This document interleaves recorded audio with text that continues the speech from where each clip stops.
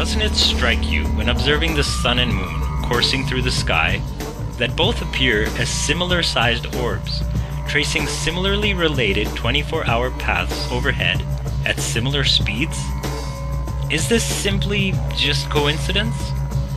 Well, modern astronomy would say, absolutely, no question about it.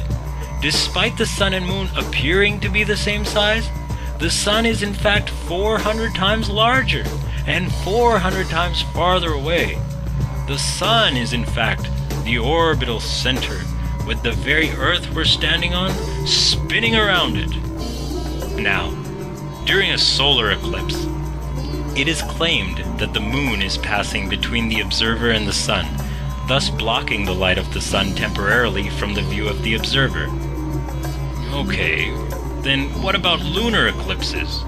Well, according to the authorities, as we've all been fed, lunar eclipses occur when the ball Earth moves between the sun and the moon, and we see the resulting shadow.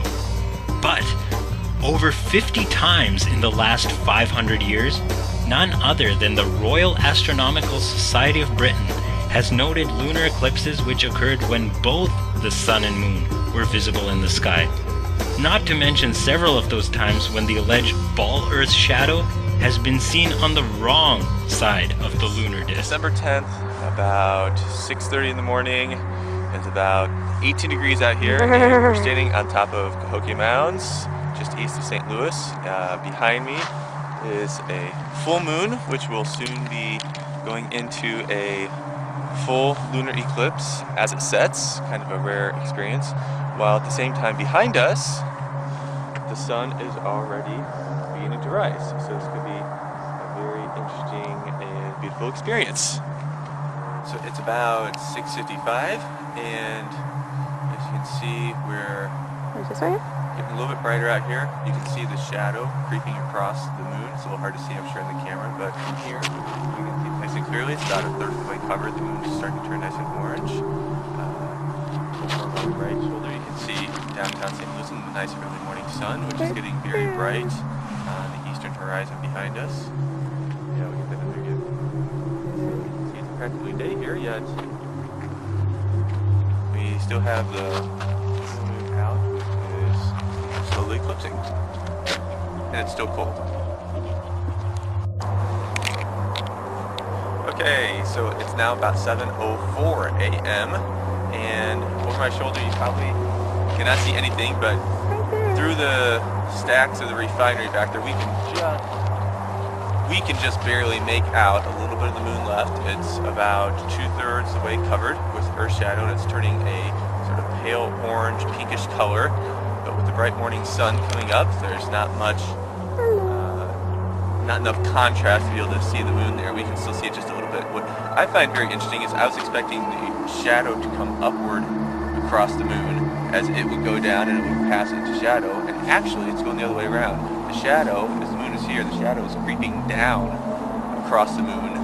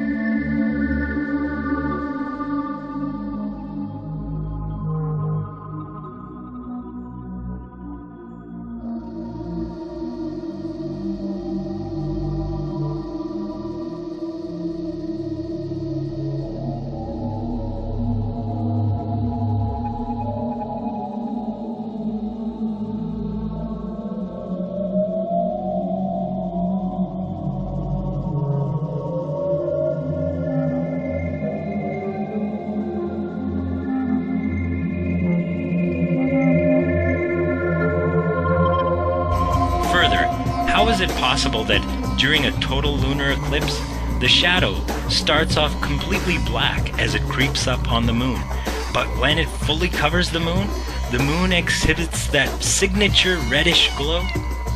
My own research has led me to see that the authorities know about and are hiding information regarding a black sun.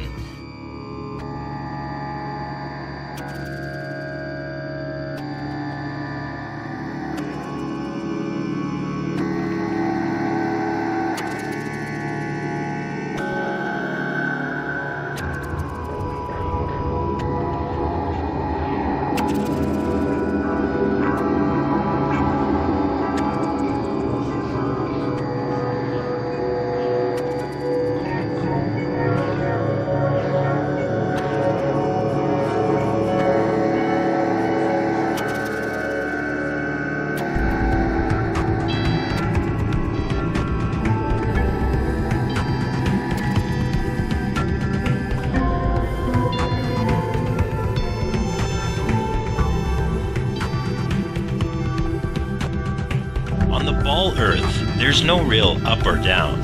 It's all relative to the center, and this is possible thanks to gravity. Now, naturally, a spinning object tends to keep other objects from sticking to it due to centrifugal force, normally causing the objects to fly right off. But on the ball Earth, thanks to gravity, of course, people, buildings, and even the very air are all stuck to the surface of the ball, and would be none the wiser had it not been for authorities such as Galileo, Newton, and NASA to tell us otherwise. Thusly, considering gravity, if objects with mass are attracted towards each other, why hasn't there ever been an object massive enough to demonstrate that water would stick to it, as is claimed the oceans, lakes, and rivers do on a ball Earth? And if the excuse is then given that the Earth's gravity would far supersede that of any other object, then how is it that the moon is said to affect water levels at sea level on Earth? Further, how is the combined mass of a helium-filled balloon repelled by the mass of the Earth? Or, what up there is attracting the balloon to itself?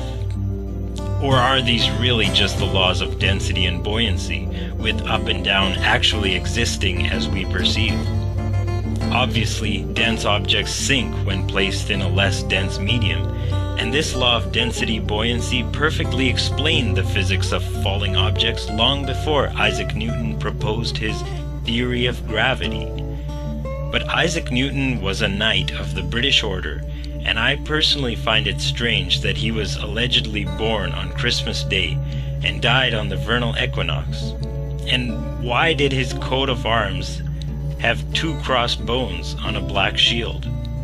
Was he indeed a Freemason or Rosicrucian? I also question Galileo and his supposed experiments dropping his balls from the Leaning Tower of Pisa. While Giordano Bruno and other contemporaries of Galileo were burned at the stake after being publicly tortured, Galileo was merely placed under supposed house arrest, while his associations with the Jesuits have long been acknowledged. So investigate the subject for yourself.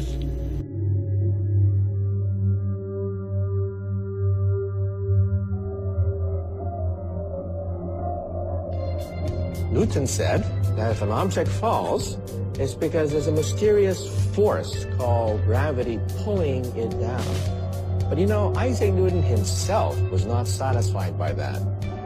Objects move because they're pushed, not pulled. So what is pushing this? Newton didn't know. So Newton simply threw his hands up and said, I don't know.